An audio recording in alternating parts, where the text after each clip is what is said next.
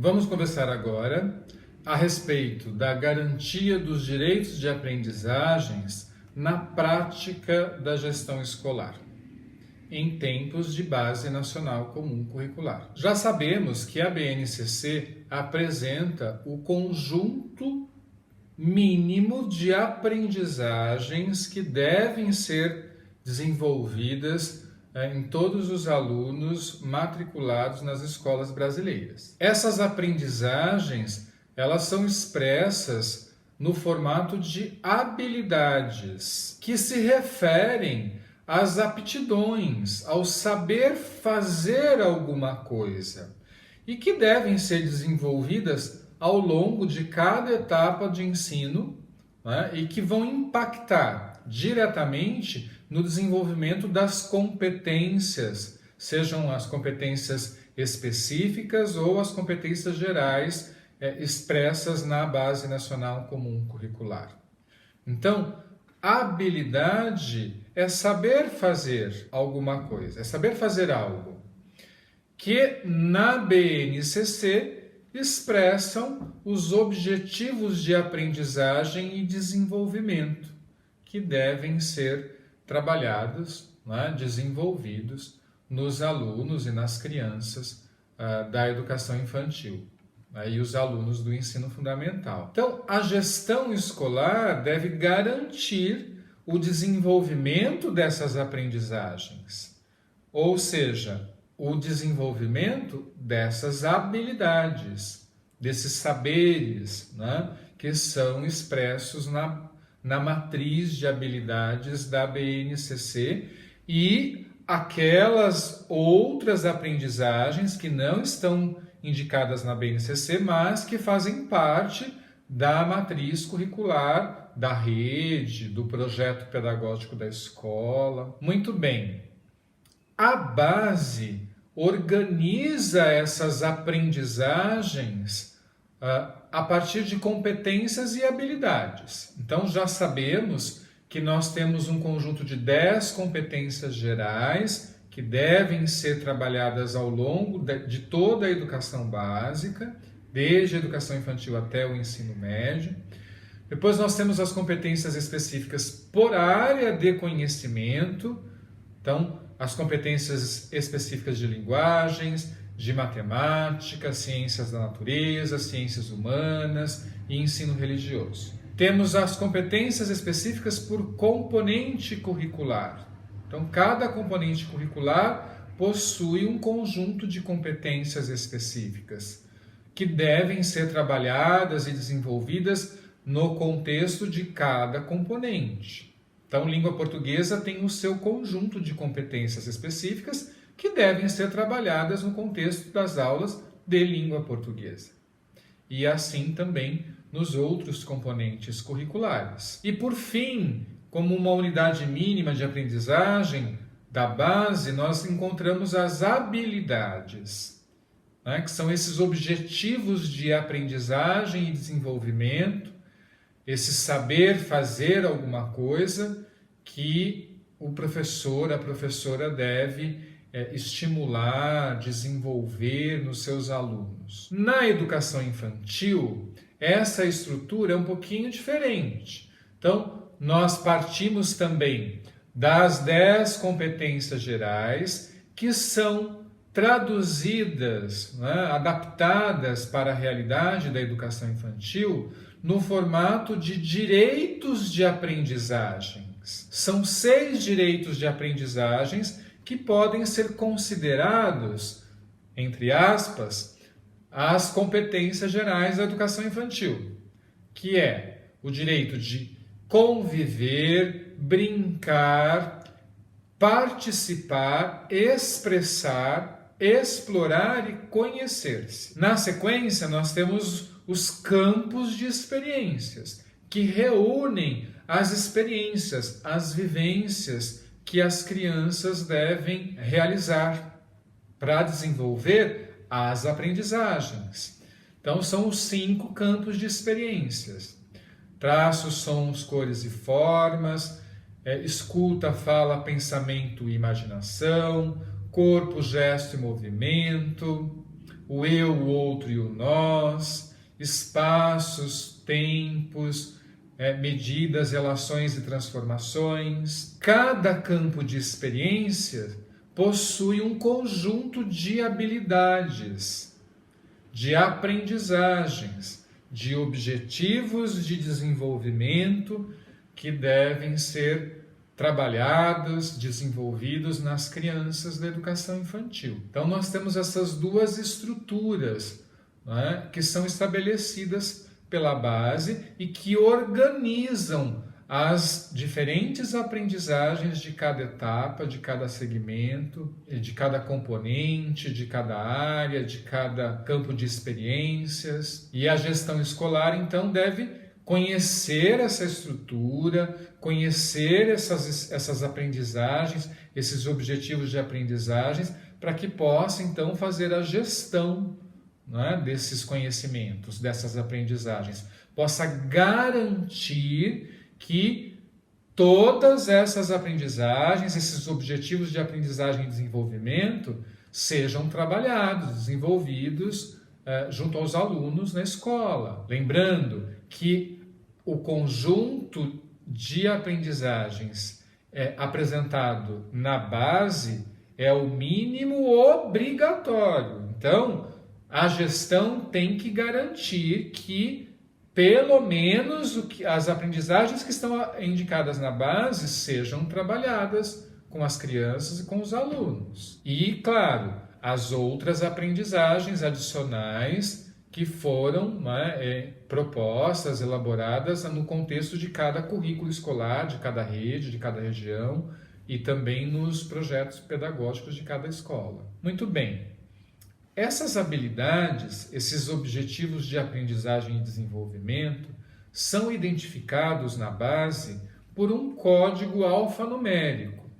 É importante que a gestão conheça a estrutura desse código para que possa fazer essa gestão, né? E também acompanhar, orientar, né, os professores em relação a essa identificação.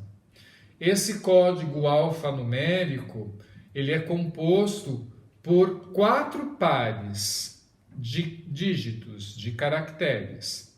Na educação infantil, sempre vai começar com EI. Então, o primeiro par são 2 letras, né? EI de educação infantil. O primeiro par identifica o segmento. Então, EI para a educação infantil. O segundo par indica o grupo de faixa etária da educação infantil.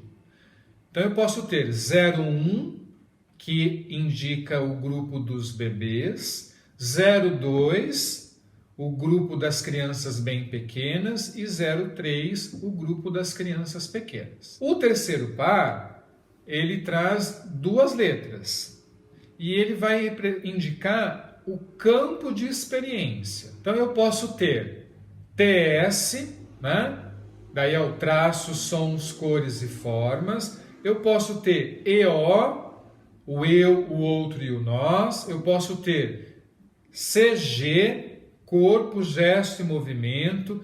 Eu posso ter EF, escuta, fala, pensamento e imaginação. Eu posso ter ET, que é o campo espaços, tempos, quantidades, relações e transformações. E o último parzinho são 2 números. Ele vai indicar o número da habilidade. Simplesmente isso, o número da habilidade. E a gente costuma fazer a leitura desse código do final para o início do código. Então, um exemplo, nós podemos ter a habilidade número 1 do campo traços, sons, cores e formas, do grupo de crianças bem pequenas da educação infantil. No ensino fundamental, é basicamente a mesma estrutura, só que ao invés de campos de experiência, nós vamos ter os componentes curriculares. E no lugar de grupo de faixa etária, nós vamos ter os anos. Então, o primeiro par, nós vamos ter EF, que indica o segmento, ensino fundamental. O segundo par indica o ano. Posso ter 0,1, primeiro ano, 0,2, segundo ano e assim por diante. Posso ter 1,3, é uma habilidade que deve ser trabalhada no primeiro, no segundo e no terceiro ano. Posso ter 6,7, é uma habilidade que deve ser trabalhada no sexto e no sétimo ano. O terceiro par indica o componente curricular. Aí eu posso ter AR de arte, CI de ciências, EF de educação física, ER de ensino religioso, GE de geografia, HI de história, LI de língua inglesa, LP de língua portuguesa e MA de matemática. E o último par são 2 números, indica simplesmente o número da habilidade. De novo, nós fazemos a leitura do final para o início do código. Então, eu posso ter a habilidade número 1 de educação física para o sexto e sétimo ano do ensino fundamental. Entendido a estrutura do código que identifica a habilidade, vamos agora falar sobre a estrutura da habilidade, o texto da habilidade, que também apresenta sempre a mesma estrutura. Nós temos o processo cognitivo, que espera-se que o aluno desenvolva, saiba fazer. Nós temos o objeto de conhecimento, que deve ser trabalhado com os alunos, para que ele desenvolva aquele processo cognitivo. E nós temos o modificador, que indica o contexto, o nível de abrangência, de desafio, de complexidade daquela habilidade. Então, vamos tomar como um exemplo a habilidade número 1 do campo. O eu, o outro e o nós, do grupo de crianças bem pequenas da educação infantil. Essa habilidade diz o seguinte: as crianças devem ser capazes de demonstrar atitudes de cuidado e solidariedade na interação com crianças e adultos. Essa é a habilidade número 1 do campo eu, o outro e o nós, do grupo de crianças bem pequenas da educação infantil. Então, demonstrar é o verbo no infinitivo. Então, sempre o verbo da habilidade indica o processo cognitivo que espera-se que a criança saiba fazer. Para eu achar o objeto de conhecimento da habilidade, eu pergunto para o verbo o que. Demonstrar o que? A resposta está no texto da habilidade. Atitudes de cuidado e solidariedade. Este é o objeto de conhecimento, é o conteúdo que o professor, a professora deve trabalhar para desenvolver o processo cognitivo de demonstrar nas crianças. O que sobrou do texto da habilidade é o modificador. E a gente consegue identificar o modificador perguntando para o objeto de conhecimento que a gente acabou de identificar como, de que jeito, em que contexto a criança deve fazer isso, deve demonstrar atitude de cuidado e solidariedade. De que jeito, em que contexto, como? A resposta está lá, é o modificador da habilidade.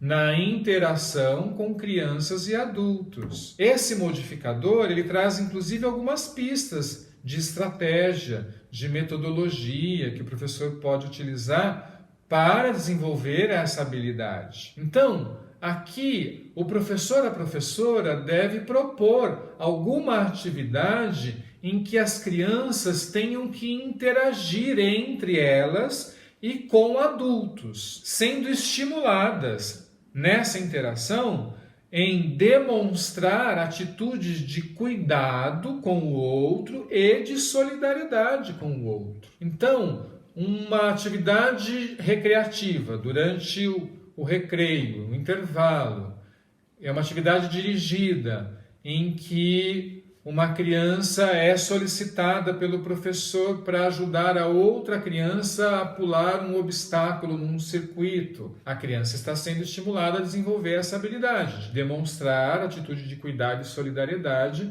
com né, a interação entre os seus pares, né, com crianças e também com adultos. É fundamental que o professor saiba interpretar a estrutura das habilidades para que ele possa, então, pensar nas atividades, nas ações. Qual ação vai me ajudar a desenvolver essa habilidade? A trabalhar esse processo cognitivo, esse conteúdo, esse objeto de conhecimento.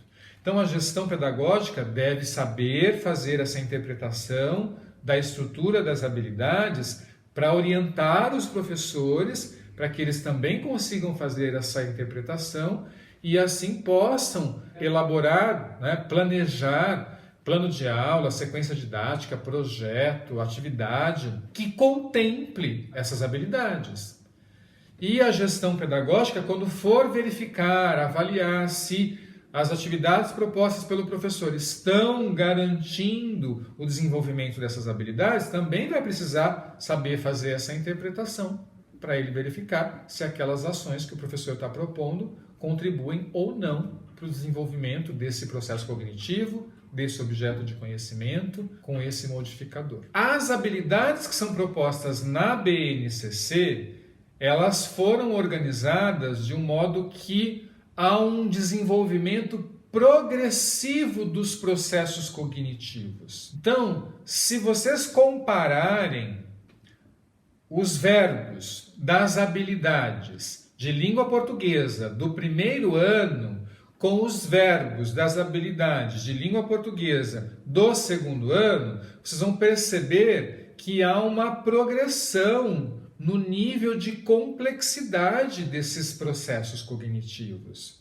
Conforme vai avançando o ano, ou conforme avança o grupo de faixa etária na educação infantil, esses processos cognitivos vão se tornando mais complexos, mais desafiadores. Então, por exemplo, a gente pode pegar uma habilidade do campo de experiência, escuta, fala, pensamento e imaginação, a primeira habilidade do grupo de bebês em que o processo cognitivo é reconhecer. E a primeira habilidade desse mesmo campo, no grupo das crianças bem pequenas, é dialogar. Então vejam que dialogar é mais desafiador do que reconhecer. Reconhecer, ela não precisa de interagir com o outro. Dialogar, ela vai precisar interagir com o outro, se expressar, saber se expressar, né? E no grupo de crianças pequenas, o processo cognitivo é expressar, que é ainda mais complexo, tá certo? Então, a matriz de habilidades da BNCC foi pensada, elaborada, de forma a garantir essa progressão, né, no nível de complexidade dos processos cognitivos que são propostos, que as crianças e os alunos devem desenvolver. E uma outra situação é que a matriz de aprendizagens propostas na base, ela estimula a interdisciplinaridade, né? A abordagem interdisciplinar, o trabalho com projetos interdisciplinares, né? com ações integradas entre os diferentes componentes e entre os diferentes campos de experiências. Então, na educação infantil, por exemplo, se a gente for analisar 3 habilidades do campo traços, sons, cores e formas do grupo dos bebês, que diz o seguinte: explorar sons produzidos com o próprio corpo e com objetos do ambiente. Então, qual é o objeto de conhecimento dessa habilidade? Sons. O processo cognitivo é explorar. Explorar o quê? Sons. Então, sons é o conteúdo, é o objeto de conhecimento. No grupo das crianças bem pequenas, a habilidade é criar sons com materiais, objetos, instrumentos musicais, para acompanhar diversos ritmos da música.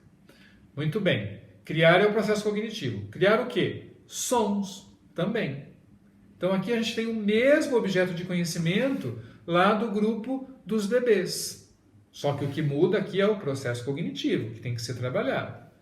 No grupo das crianças pequenas, a habilidade é utilizar sons produzidos por materiais, objetos, instrumentos musicais, durante brincadeiras de faz de conta, encenação, criações musicais, festas. Processo cognitivo, utilizar o quê? Sons. De novo, é o mesmo objeto de conhecimento. Então vejam que nessas 3 habilidades de diferentes faixas etárias está se propondo o trabalho com o mesmo objeto de conhecimento. Então a gente pode propor um projeto interdisciplinar envolvendo os 3 grupos de faixa etária que vão trabalhar o mesmo conteúdo, o mesmo objeto de conhecimento, que são os sons. Só que aí cada grupo de faixa etária vai desenvolver o seu processo cognitivo. Tá certo? Então, a matriz de habilidades da base tem essa característica também, de apresentar alguns conteúdos, alguns objetos de conhecimento que são comuns, assim como alguns processos cognitivos que são comuns, que se repetem em diferentes anos ou em diferentes grupos de faixa etária. E isso potencializa o trabalho com uma abordagem interdisciplinar, né, integrada entre os diferentes componentes e os diferentes campos de experiências, né, no caso da educação infantil. Vamos ver uma habilidade do ensino fundamental. É a habilidade número 14, de língua portuguesa, do 2º ano do ensino fundamental, que diz o seguinte: planejar e produzir. São 2 verbos, então são 2 processos cognitivos que devem ser desenvolvidos. O quê? Pequenos relatos de observação de processos, de fatos, de experiências pessoais. Isso é o objeto de conhecimento, é o conteúdo que deve ser trabalhado. Como? De que jeito? Em que contexto? Mantendo as características do gênero, considerando a situação comunicativa e o tema/assunto do texto. Esse é o modificador, né? É o como a gente tem que trabalhar esse conteúdo. Sabendo, né, interpretar a habilidade, a estrutura da habilidade, o professor pode pensar então na estratégia, na ação, na atividade que vai contribuir para o desenvolvimento dessa habilidade, que poderia ser, no caso dessa habilidade, trabalhar com um diário. Então, o professor poderia propor, ensinar os alunos como fazer um diário, quais são as características desse gênero textual, o que deve conter um diário, que tipo de informação, e então solicitar que os alunos criem um diário. E aí a gente tem um exemplo aqui, né, de um aluno que escreveu lá: domingo, meu querido diário, hoje eu ajudei meu pai a colocar uma pia no fundo e um armário. Foi muito legal. Eu fui dando as ferramentas para ele, foi muito legal. E aí tem, né, uns emojizinhos do lado, indicando o estado emocional em cada situação, um reloginho em cima, indicando a hora. Veja, nesta atividade, o aluno está trabalhando essa habilidade. Ele planejou o diário, ele produziu conteúdo ao escrever no diário. Ele produziu pequenos relatos da observação de processos, de fatos, de experiências pessoais e manteve as características do gênero diário. Sabendo interpretar a estrutura da habilidade, a gestão pedagógica também tem mais condição de acompanhar o trabalho dos professores e o desenvolvimento dos alunos, para identificar se eles estão desenvolvendo, atingindo essas habilidades ou não.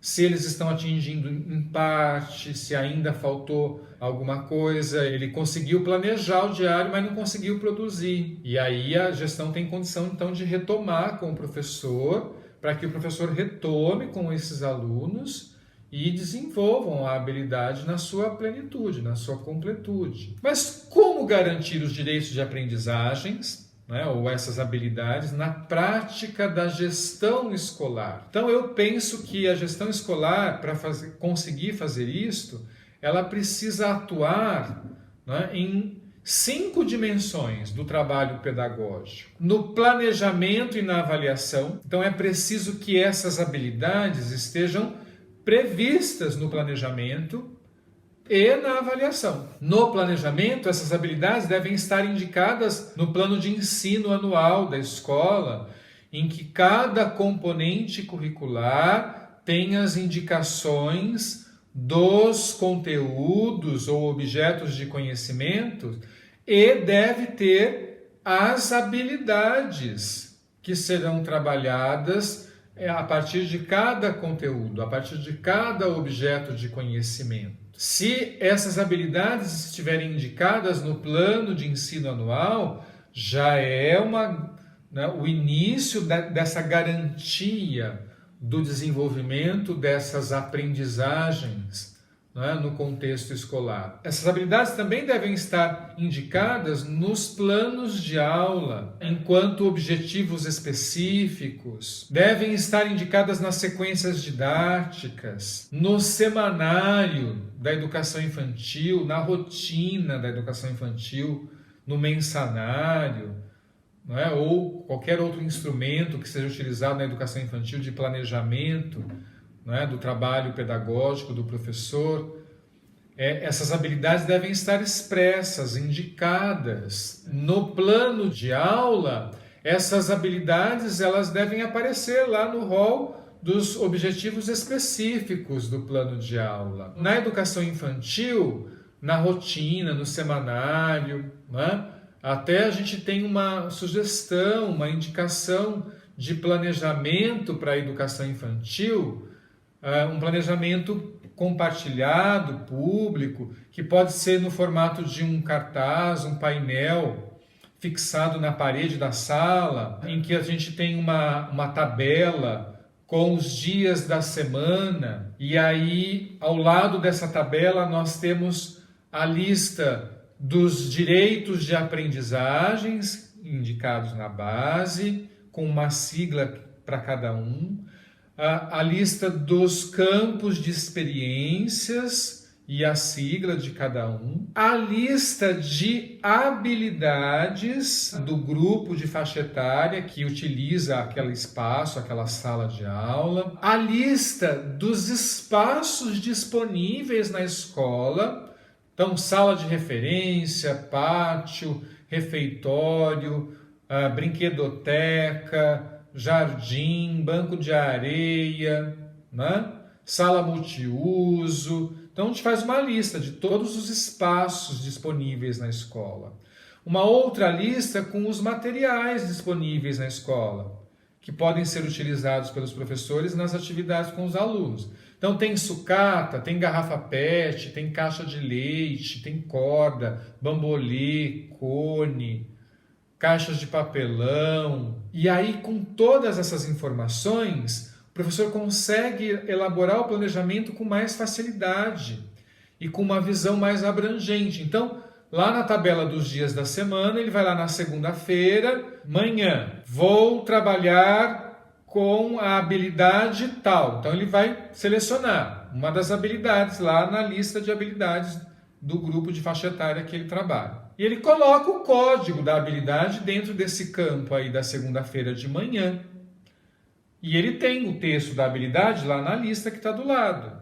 Então essa habilidade diz o quê? Qual é o processo cognitivo, qual é o objeto de conhecimento, qual é o modificador. Bom, para eu desenvolver essa habilidade, eu vou propor uma brincadeira, de um circuito para ser percorrido pelos alunos. É uma habilidade de corpo, gesto e movimento, por exemplo. Então aí, qual o espaço necessário para eu realizar essa atividade? Eu olho lá na lista de espaços que eu tenho disponível e coloco aqui dentro do meu campo da segunda-feira de manhã. Quais os materiais necessários?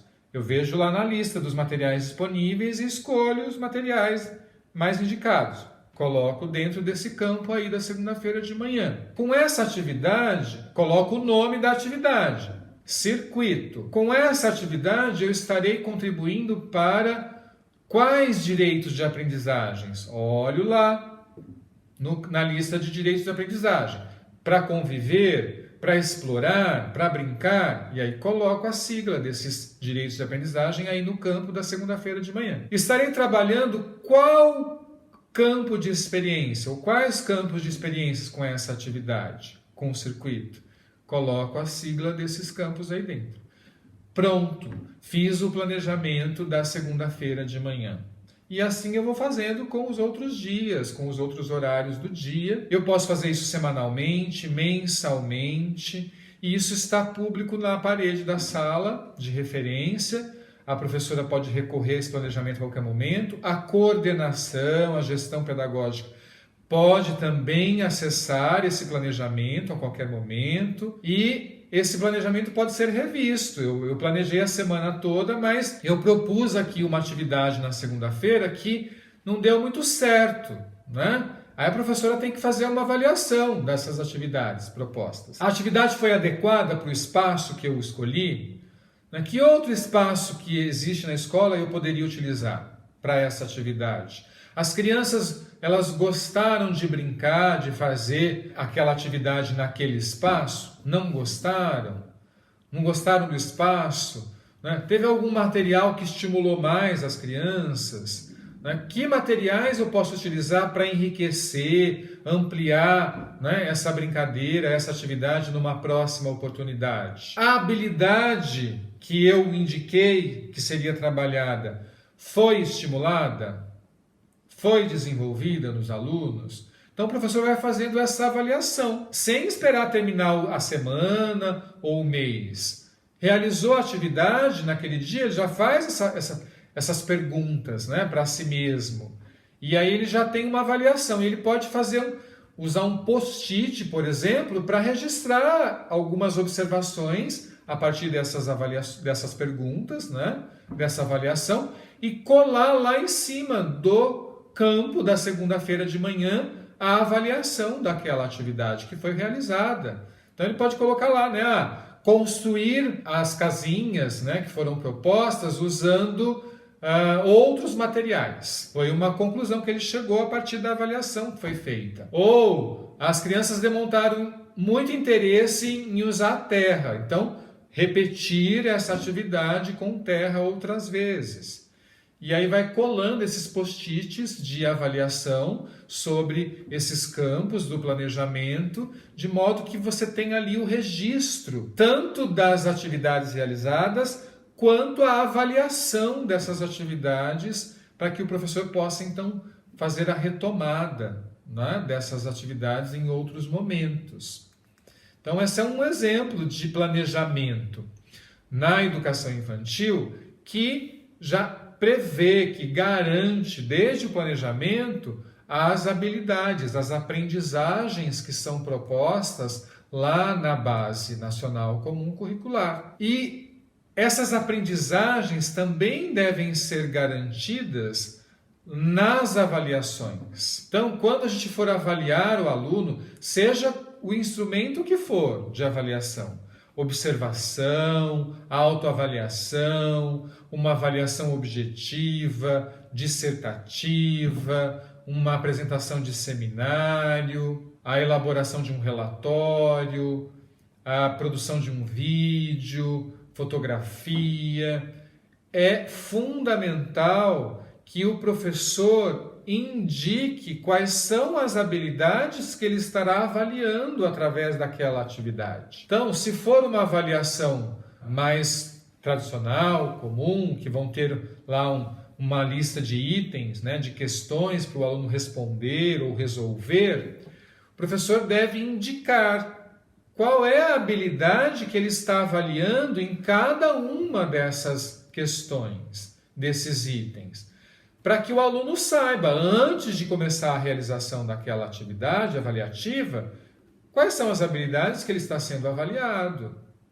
E para que o professor também saiba, no momento que ele for fazer a correção dessa atividade avaliativa, ele vai dar um certo, não é se o aluno respondeu corretamente, mas se a resposta do aluno expressa que ele desenvolveu aquela habilidade indicada para aquela questão. Então, é fundamental que as habilidades que forem avaliadas sejam indicadas nas atividades avaliativas. Não é? A gente pode sugerir, por exemplo, que a escola elabore, a gestão escolar elabore um cabeçalho padrão para as atividades avaliativas, em que o aluno vai indicar ali, né? O professor vai indicar o nome, o componente curricular, o campo de experiência, a turma, a data, o aluno coloca o nome, né? Se identifica, tem ali as instruções gerais da atividade avaliativa e abaixo tem o quadro das habilidades, com uma coluna para indicar o número do item, da questão, uma outra coluna para indicar qual é a habilidade que está sendo avaliada em cada uma das questões e uma última coluna em que o professor vai indicar o peso de cada uma dessas questões. Esse quadro facilita, inclusive, a correção do professor, né? Então, se o aluno atingiu a habilidade da questão número 1 na sua completude, então ele vai receber a pontuação total dessa questão. Se é uma questão que valia 1 ponto, ele vai receber 1 ponto. Ah, não, na resposta que ele deu, ele demonstrou que ele atingiu parte dessa habilidade. Então, eu não vou dar 1 ponto, vou dar meio ponto. Tá certo? Na educação infantil, a mesma coisa. Se a avaliação for feita por observação e o registro do professor, então o professor vai ter que registrar quais foram as habilidades que estavam sendo avaliadas, né, na observação daquela atividade e se os alunos atingiram essas habilidades ou não. Muito bem. Então, uma dimensão que deve ser observada pela gestão escolar para garantir o desenvolvimento dessas aprendizagens é o planejamento e avaliação. Temos que garantir que no planejamento e na avaliação sejam indicadas, estejam expressas explicitamente quais são as aprendizagens, né, que serão trabalhadas no planejamento e quais são as aprendizagens que serão avaliadas nas atividades avaliativas, na forma de habilidades. Uma outra dimensão que a gente tem que cuidar para garantir essas aprendizagens é a dimensão da interdisciplinaridade. É fundamental que o trabalho pedagógico com os campos de experiências ou as áreas de conhecimento, os componentes curriculares, seja integrado, interdisciplinar. É fundamental integrar todos os agentes envolvidos no trabalho pedagógico de forma colaborativa. E isso é possível através da pedagogia de projetos, trabalhar com projetos, não é? Com projetos interdisciplinares que envolvam o desenvolvimento de habilidades, de aprendizagens de diferentes áreas do conhecimento, de diferentes componentes curriculares, de diferentes campos de experiências, né, de diferentes grupos de faixas etárias. Então, nesse sentido, no planejamento dos projetos, é fundamental indicar quais são essas aprendizagens, essas habilidades dos diferentes componentes curriculares e dos diferentes campos de experiências que serão trabalhados durante esse projeto. E aí vale reforçar que a gente pode utilizar as competências específicas por área lá da base para elaborar os objetivos gerais dos projetos interdisciplinares. A gente pode utilizar as expectativas, as intencionalidades expressas no texto de apresentação dos campos de experiências na educação infantil para elaborar os objetivos gerais dos projetos, das sequências didáticas interdisciplinares. Uma outra dimensão a ser considerada para garantir as aprendizagens é o protagonismo do aluno. É fundamental que a escola, a gestão, os professores oportunizem, estimulem, fomentem a escuta em relação aos alunos, ouvir as sugestões, as críticas, né, a participação dos alunos no planejamento das ações, das atividades, dos projetos, envolver os alunos nas tomadas de decisões através de assembleias, né, com alunos e professores, conselhos, representantes de turma, de forma que esse aluno seja o protagonista dos seus próprios processos de aprendizagens. Isso vai fazer com que esses processos se tornem mais significativos, tenham mais sentido para esses alunos. Uma outra dimensão importante que a gestão tem que olhar e cuidar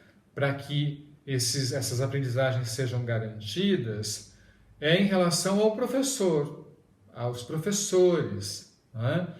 A gente precisa de professores que sejam competentes no exercício da sua função. Um professor competente é aquele que tem os conhecimentos relacionados à sua área, ao seu componente curricular, aos componentes que ele vai trabalhar. É um professor que conhece, domina e vai buscar diferentes didáticas e estratégias adequadas para cada contexto, para cada turma, para cada aluno. Né? É um professor também que tem autoridade, mas que é uma autoridade construída a partir do respeito ao conhecimento que aquele professor demonstra ter, do respeito que ele demonstra com os alunos, com a gestão. É preciso um professor comprometido com o processo de ensino-aprendizagem. E aí, um professor competente é um professor que não é autoritário, mas sim autoridade. E o professor que é autoridade é aquele que sabe sobre o que está falando, que domina a didática para ensinar os diferentes contextos e os diferentes perfis de aluno. É um professor que ele estimula o aluno a querer saber mais, além daquilo que ele está trazendo e apresentando na sala de aula. É um professor ético, é um professor que ele tem os seus princípios, né, e nunca deixa esses princípios e valores de lado, mas ele também tem senso de justiça e de compreensão de que os alunos também têm os seus princípios, de que a gestão também tem os seus princípios e os seus valores, que os seus colegas, professores, também têm os seus princípios e valores e que é fundamental o respeito a essa diversidade, né, cultural, de princípios e valores. Um professor competente também é um professor profissional, que domina o conteúdo da sua área, do seu componente curricular, os saberes que são importantes, relevantes para aquele grupo de faixa etária que ele trabalha na educação infantil, para aquele ano que ele atua no ensino fundamental. E também o professor competente é um professor que é humano, né? Que é capaz de perceber e respeitar o outro na sua subjetividade, na sua individualidade, que não precisa usar de medo, de força ou outros métodos mais autoritários para conseguir o respeito dessas pessoas, desses alunos, dos seus colegas. Então, um professor competente é esse professor que não é autoritário, mas sim autoridade, né? Que é um intelectual que domina a sua área de conhecimento e que é capaz de aprender sempre, ético, né? Profissional, humano, e que consiga planejar e realizar aulas que sejam motivadoras, né? E uma aula motivadora é uma aula dinâmica, é uma aula que tem atividades suficientes para cada faixa etária, para cada tempo, para cada espaço, né, de aula, de segmento, de turma. Né? É uma aula em que o tempo para explicação oral respeita a capacidade natural, a maturidade de cada faixa etária.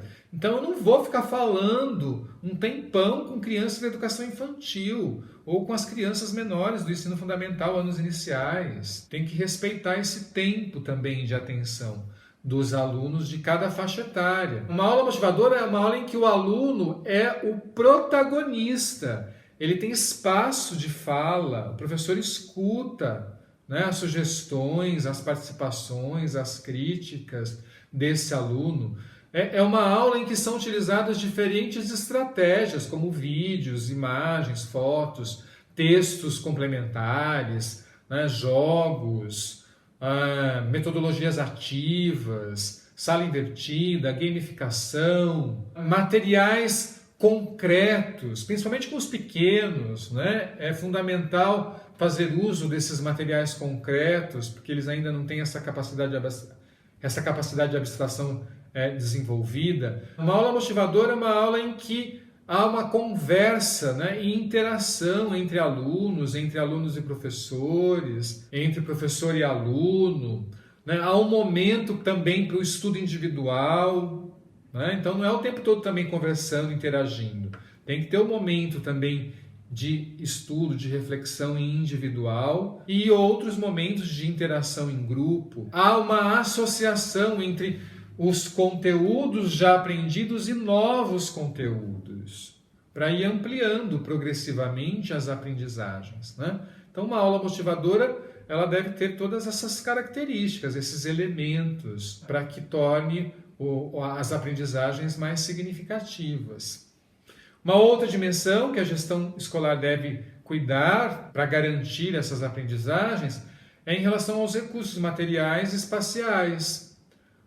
É importante a gente trabalhar com materiais, ter disponível na escola materiais estruturados e não estruturados. Então, materiais estruturados são aqueles que estão relacionados com os contextos das atividades. Então, lápis e borracha são materiais estruturados, porque eles têm a ver com o contexto da escola, da sala de aula. Agora, uma garrafa PET não é um material estruturado, porque não é um material que tem afinidade com o contexto escolar, mas ele pode ser utilizado.